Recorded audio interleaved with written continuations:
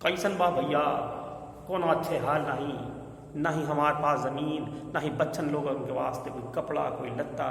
चोरों के पास मात्र दो ही जोड़ी कपड़ा, और ऊपर से ये लॉकडाउन। भैया 2 बीघे के किसान हैं, जो बोते हैं वही खाते हैं। बिजनेस है नहीं कोई, पढ़े लिखे हैं नहीं, बड़े बुरे हाल हैं भैया।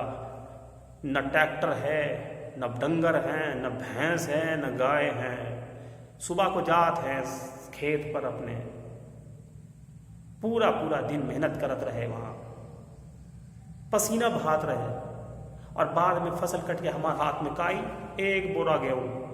अब का करीस 1 बोरा गेहूँ में का अपने बच्चन को खिलाई और का उनको पहनाई। और देखिए भाई, सरकार भी कोनो मदद नहीं करत, बड़ा बुरा हाल है भैया। 500 रुपया के लिए लंबी लंबी लाइन लगा, लंबी लंबी लाइन। इससे तो भाई बेहतर है कि हम अपना खेत में जा करके और हम उस पर पसीना भाई 1 बोरा ले लें। 1 बोरा 2,000 का बिकेगा। पूरे दिन लाइन में खड़े हो गए, 500 रुपये मिलत। उसके लिए भी बाबू लिखा पढ़ी करे रहे, बोले 500 में से 200 तो अब हम रखेंगे।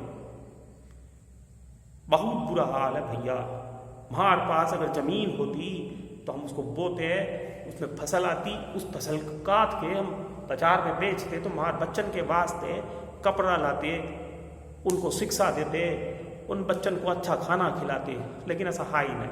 हमारे जैसे बहुत सारे किसान हैं गाँव में, और भी वो भी बहुत बुरे हाल में, किसी को कोई फर्क नहीं पड़ता भैया।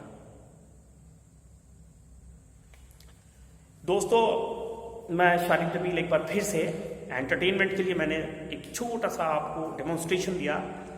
इस डेमोन्स्ट्रेशन में किसान अपनी व्यथा का वर्णन करता है कि उसके पास कुछ नहीं है। दोस्तों, ये एक डिस्क्रिप्शन जो है ये शो करता है एक छोटे किसान के बारे में, और वो जो खेती करता है किस मुसीबत के साथ वो अपने खेतों पर काम करता है, और ज़मीन की तंगी की वजह से, रिसोर्स की कमी की वजह से, उसकी पूरी मेहनत होने के बावजूद भी वो एक अच्छी फसल नहीं ले पाता है, और वो अपने परिवार को अच्छे हाल में नहीं रख सकता है। दोस्तों, पूरे इंडिया में इस तरीके के जितने भी किसान हैं वो हमारे सबसिस्टेंस फार्मिंग में आते हैं। वो सिर्फ इसलिए ही अपने खेतों पर फसल उगाते हैं कि उन्हें कुछ अनाज हासिल हो जाएगा और वो घर पे खा लेंगे, वो उसको बाज़ारों में नहीं बेचते हैं। अब वो डिपेंड करते हैं सरकारी पॉलिसीज़ पर, और आप अच्छे से जानते हैं कि सरकारी पॉलिसीज़ का फ़ायदा किसको, कब, कहाँ और कैसे होता है। आइए एक दूसरा डेमोन्स्ट्रेशन करते हैं। अरे ललवा, इधर आओ रे। 5 बीघा पेस्टिसाइड खरीद के और छिड़काव मार के आओ रे। ए कालू, तुम भी इधर आओ। ये 5 ट्रैक्टर जो खड़ा है ना, इसको लेके जाओ, और ले जाने के बाद पूरे 20 बीघे को जोताओ। अरे कल्लन, तुम भी इधर आओ। ये जो फसल कटी पड़ी है ना बबुआ, ये गेहूं, इसको उठाओ, भरो, और इसको जिला के बाजार में बेच करके आओ। और हाँ रामू, तुमने बात की का, बात करो दिल्ली। ये जो 500 बोरी अनाज का पड़ी है चावल की, इसको सदर बाजार दिल्ली में भिजवा दे और पैसा उठा ले। बहुत है भगवान का दिया। और मुनीम जी, ये जो पैसा है खर्चे का काट करके इसको हमारे अकाउंट में जमा कर दीजिए। 5 लाख रुपए आप बिल्कुल अलग ठकुराइन के अकाउंट में जमा कीजिए। दोस्तों, ये एक दूसरा डिस्क्रिप्शन है। ये एक ऐसे किसान के बारे में है जिसके पास बहुत सारी ज़मीन है, बहुत सारे रिसोर्सेज हैं, और बहुत सारे एम्प्लॉइज़ हैं। ये हमेशा खुद काम नहीं करते हैं, ये दूसरों से काम लेते हैं, और इनकी जेबें हमेशा भरी रहती हैं, क्योंकि इनके पास ज़्यादा ज़मीन है। उस ज़्यादा ज़मीन पे ये दूसरों से काम कराते हैं, और उनको तनख्वाहें देने के बाद, उनका मेहनताना देने के बाद बाकी सब पैसा ये अपने पास रखते हैं। और इनका फसल उगाने का मकसद ये नहीं कि ये उस बोरी से चावल निकाल करके खुद खाएंगे, बल्कि इसका मकसद ये है कि ये उस फसल को एक बड़े बाजार में बेच देंगे, चाहे वो बाजार राष्ट्रीय स्तर का हो या अंतर्राष्ट्रीय स्तर का हो या लोकल स्तर का हो। जब कोई खेती इस मकसद से की जाए कि उस पर उगाने वाली फसल को बेच दिया जाएगा, तो उसे हम कमर्शियल फार्मिंग कहते हैं। The matter is very much clear. The farming and the agriculture is of 2 types, the subsistence farming and the commercial farming. Subsistence farming is done by a small farmer to fulfill his needs, basically the need of food.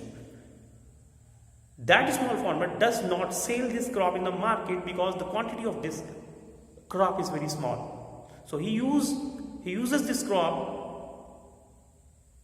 at his house. Second one is commercial farming, which is done on a large scale, on a big plot with a lot of resources. That is done to sell in a big market, to gain profit. That is called commercial farming. I hope that you understand all these two topics and you like my demonstration, because this is my first chance when I give such type of demonstration online. Thank you so much for watching me on my channel. Please subscribe for wonderful videos related to social studies where you will never feel bored, you will be energetic, you will be very happy, you will take a good interest when you see my videos. Thank you so much. Bye.